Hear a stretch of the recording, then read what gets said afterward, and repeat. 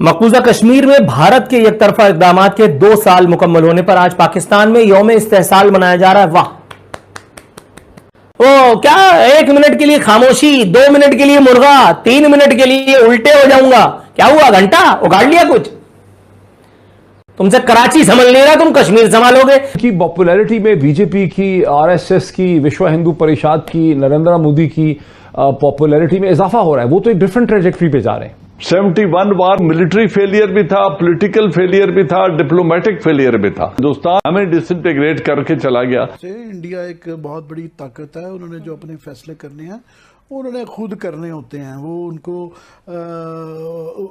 इतना डर नहीं है अमेरिका का कि अमेरिका के डर की वजह से वो बिल्कुल अपने करें। हैदराबाद भी किया, जूनागढ़ भी किया, कश्मीर भी वो हमारे सामने।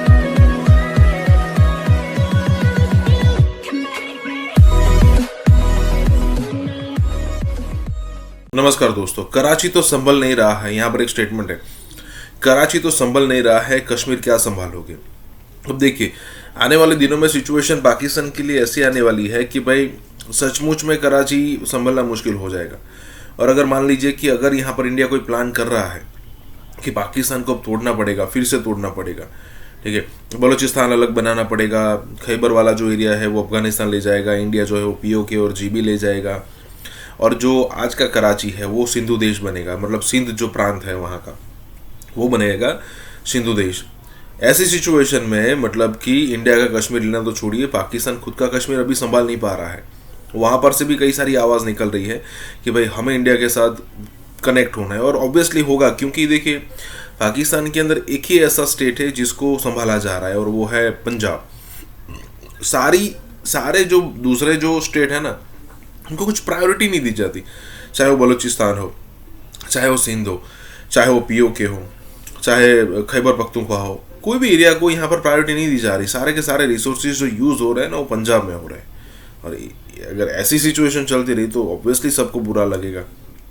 यहाँ पर यही बात हो रही है। इसी के साथ ही वीडियो शुरू करते हैं। मकबूजा कश्मीर में भारत के एकतरफा इक़दामात के 2 साल मुकम्मल होने पर आज पाकिस्तान में यौम इस्तेहसाल मनाया जा रहा है। वाह, कश्मीर से सॉलिडेरिटी जिनके पास सिर्फ इस हद तक रह गई है कि जिन्होंने गवर्नर हाउस पंजाब में कश्मीर के नाम पे एक मुजरे का यानी एक कॉन्सर्ट का इनेकाद किया था, और जब ज्यादा तबर्रा हुआ तो उसके बाद फौरन ये ठंडा हो गया सिलसिला। तुमसे कराची संभल नहीं रहा, तुम कश्मीर संभालोगे। आजाद कश्मीर को तुमने आजादी देने के लिए पर तोलना शुरू कर दिया। तुम्हारा वो सरफिरा, वो जिसके लिए सोशल मीडिया पे कहा जा रहा है कि सदर डेंटल और वजीर आजम मेंटल, वो खड़ा होकर के वहां कह रहा है कि हम मकबूजा कश्मीर नहीं, आजाद कश्मीर में राय दहिंदगान को उनकी क्या एक्सप्रेशन करने का मौका देंगे, रेफरेंडम कराएंगे, लोग बताएंगे कि जी हमें पाकिस्तान के साथ रहना है या आजाद कश्मीर के साथ। वो हवा में बात कर रहा है। हेडलेस चिकन्स का एक ऐसा मजमुआ है जो पूरी दुनिया में, अल्लाह माफ करे, हमारी खिल्ली, हमारी हंसी उड़वाने के लिए काफी है। हमसे अपनी गटर लाइन सीधी नहीं पड़ती, हमने एटम बम बनाया है, और वो एटम बम बना करके अब हम उसकी हिफाजत करने में लगे हुए। वो साला हमारी हिफाजत क्या करेगा। कश्मीर के दर्द में मुब्तला है, पेट में मरोड़ उठ रहे हैं। एक दिन के लिए वो क्या 1 मिनट के लिए खामोशी, 2 मिनट के लिए मुर्गा, 3 मिनट के लिए उल्टे हो जाऊंगा। क्या हुआ, घंटा उगाड़ लिया कुछ? इंडिया एक बहुत बड़ी ताकत है। उन्होंने जो अपने फैसले करने हैं उन्होंने खुद करने होते हैं। वो उनको इतना डर नहीं है अमेरिका का कि अमेरिका के डर की वजह से वो बिल्कुल अपने करें। हमारे डिप्लोमेटिक फेलियर्स क्या हैं, हमारा फॉरेन अफेयर्स डंब, बिल्कुल कहीं पे आपको हमारे वहाँ पे उसमें न्यूयॉर्क में इतने बड़े हमने वहाँ पे उस पर रखे हुए जिन्होंने हज़ारों डॉलर्स के एक फ्लाइट रखे हुए हैं, उनकी रेजिडेंसेज, उनके खर्चे, आज आपको कहीं नजर नहीं आते। अच्छा, बात ये है कि ये ताकत रियल पॉलिटिक्स है, डंडा चलता है, ताकत है, जिसके पास जोर है तो वो कश्मीर ने कर लिया। अब फ़र्क ये है, ऐसे सूडान का हुआ, ईस्ट तिमोर का हुआ, ज़्यादातर ये जो इस तरह के टुकड़े वुकड़े होते हैं वो माइट इज राइट पे ही चलते हैं।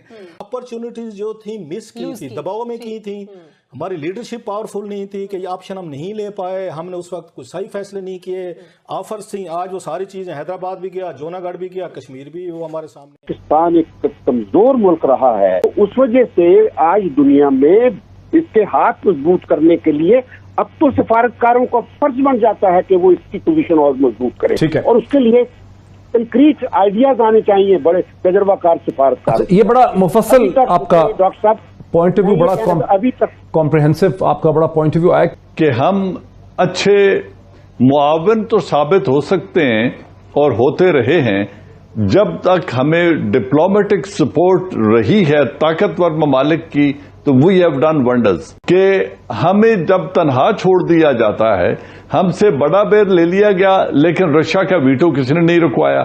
71 बार मैंने ये बात नहीं की थी कि डिप्लोमेटिक फेलियर है, सिर्फ वो मिलिट्री फेलियर भी था, पॉलिटिकल फेलियर भी था, डिप्लोमेटिक फेलियर भी था, लेकिन उसमें डिप्लोमेसी ने या वेस्टर्न कंट्रीज ने हमारी मदद नहीं की। हत्ता कि चीन और अमेरिका भी हमारी मदद के लिए नहीं आया और हिंदुस्तान यूएसएसआर के साथ एक मुआहदा करके हमें डिसइंटीग्रेट करके चला गया।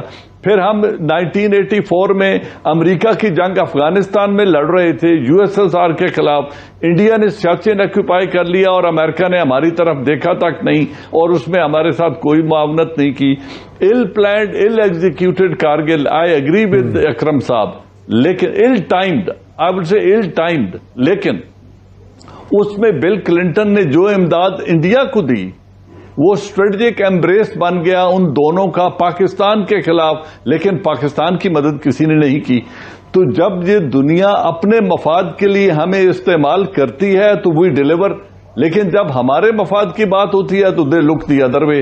अब हमने देखना ये है डिप्लोमेसी वेरी इंटरेस्टिंग पॉइंट, मेरे साथ रहिए, प्रोसेस है जो सिर्फ एक बात, डिप्लोमेसी को कोई आदमी डिसकंटिन्यू नहीं कर सकता। ये जंग में भी जारी रहती है, अमन में भी, लेकिन मल्टी प्रॉन्ग अप्रोच होगी तो कश्मीर हल होगा, अलोन डिप्लोमेसी से नहीं होगा, ये लिख लें। और मेरे ख्याल में मुनीर अकरम साहब भी यही बात कह के गए हैं और हमारे ये दोनों जो लर्नेड दोस्त बैठे हैं ये भी यही कहेंगे कि diplomacy alone will not get you Kashmir, ये लिख लें आप। जब हम और स्ट्रांग होंगे तो दुनिया में हमारी क्रेडिबिलिटी बढ़ेगी, दुनिया में हमारी बात अच्छी तरीके से सुनी जाएगी, वरना हम जितना कुछ कश्मीरियों के अपने आवाज उठा रहे हैं वो कहीं